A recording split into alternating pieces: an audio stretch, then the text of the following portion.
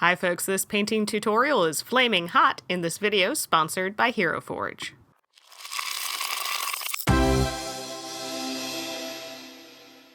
To start off screen, I went ahead and based this with a spray primer in black.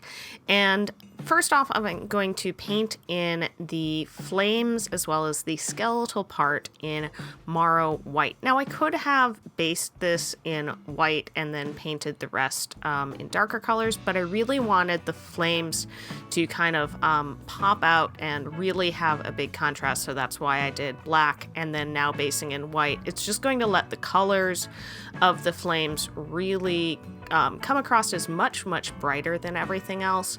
And then also just painting the white made it a lot easier for doing the skeletal part.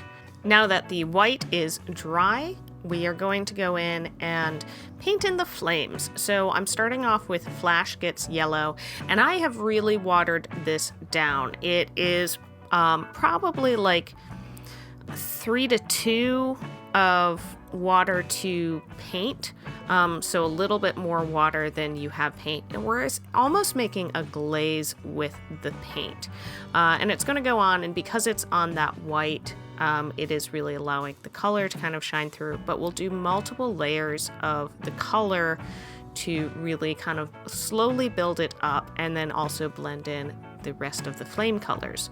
So to, how flame starts off yellow and then orange and then red, I'm going in with Fire Dragon Bright. This is a very bold, vibrant orange. Again, I have it highly watered down, and I'm focusing this kind of in the mid-tone to the ends of the flames of the hair, as well as on those little cool bursts out of the gun. This is a new feature that I just discovered on Hero Forge. You can add the fire effect of the muzzle flash. All right, so now I'm going back in with Flash Gitz Yellow and then Fire Dragon Bright, and just kind of very slowly building these colors up, letting them dry a little bit in between, and kind of slowly blending them in together. All right, let's bring you in a little bit closer so you can really see what I'm doing. So again, with this Fire Dragon Bright, I'm focusing kind of mid to ends of each of the flames and just kind of painting it in and drawing it to the back. So I'm slowly building up the layers of the colors, and this is really allowing it to have that vibrant color that's going to kind of help bring out the fact that these are flames, make it much brighter than a lot of the rest of the mini. And I've got a fairly fine pointed brush here so that I can be pretty precise with where I'm placing it. Now for the very ends, I'm going in with Evil Sunz Scarlet. Again, this is pretty watered down, and I'll paint this in. And I did actually go back in with the Fire Dragon Bright to kind of just blend it because I didn't like how kind of bold it was. But that's a nice thing with using these watered down paints. It is a lot easier to kind of just slowly build it up and then go back in and kind of reblend if you find that there's a little bit too much of a contrast. But with the red, I'm really just focusing it on the very, very tips. And if you had a bigger flame, you could even do this kind of maybe 3/4 of the way down and then have the very tips almost a black to give off that smoke effect. But because these weren't huge flames, I thought ending with the red was really going to kind of sell it. Now to bring in kind of that white hot heat, I'm going in with a fine brush and Marrow White, and I'm just getting those recesses so that it looks like kind of the very center of the flame is that white translucent look to it.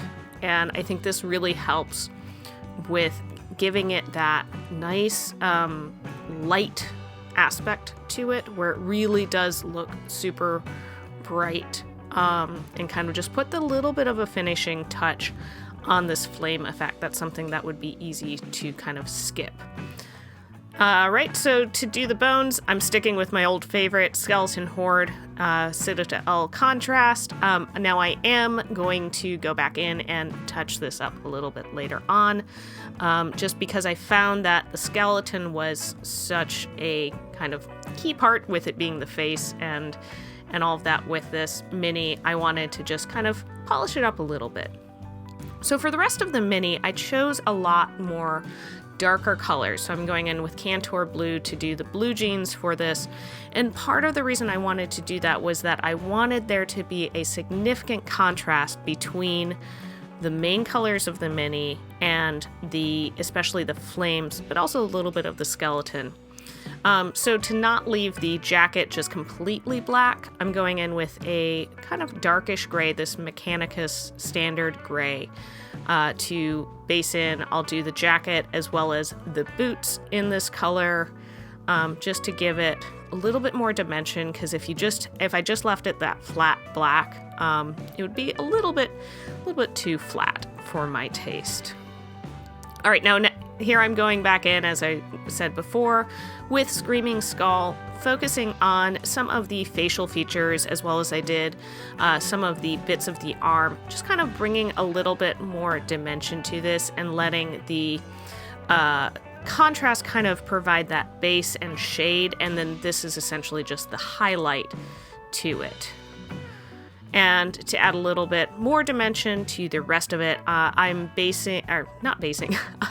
taking Nuln Oil as a shade over the boots, the pants, and the vest that he is wearing. It's a vest, not a jacket.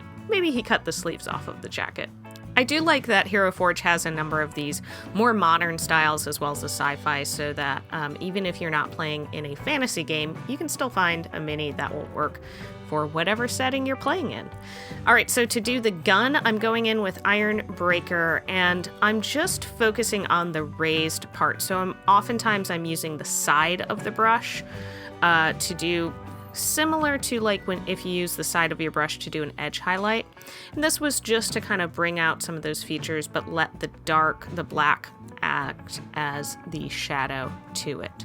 Now I'm going in with a watered down mixture of Kantor blue and Fenrisian gray. This looks a lot brighter as I'm painting it on than it actually dries. It dries down much darker because I have watered down the paint. So that's a key tip. If you kind of don't have an in-between color, try watering down some of those brighter colors as well as mixing them with a darker color.